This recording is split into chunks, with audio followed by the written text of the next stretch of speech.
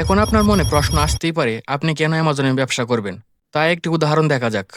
ধরেন আপনি একটি লোকাল মার্কেটে দোকান দিলেন। আপনার দোকান সম্পর্কে জানে 10,000 মানুষ। তাদের মধ্যে সবাই আপনার দোকান থেকে ক্রয় করবে না। তার মধ্যে যদি 50% লোক আপনার দোকান থেকে ক্রয় করে, তাহলে আপনার কাস্টমার সংখ্যা দাঁড়াবে 5,000।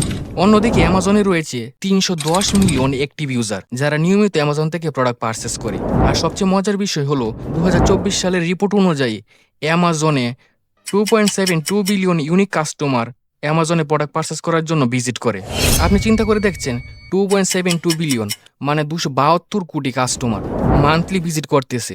এর মধ্যে যদি আপনি 1% কাস্টমার ধরতে পারেন, তাহলে আপনি লাখ থেকে কোটি কোটি কাস্টমার পাওয়ার সম্ভাবনা রাখেন। অ্যামাজন ব্যবসায় সাফল্য পাওয়ার রেট আপনার লোকাল মার্কেট থেকে অনেক অনেক বেশি।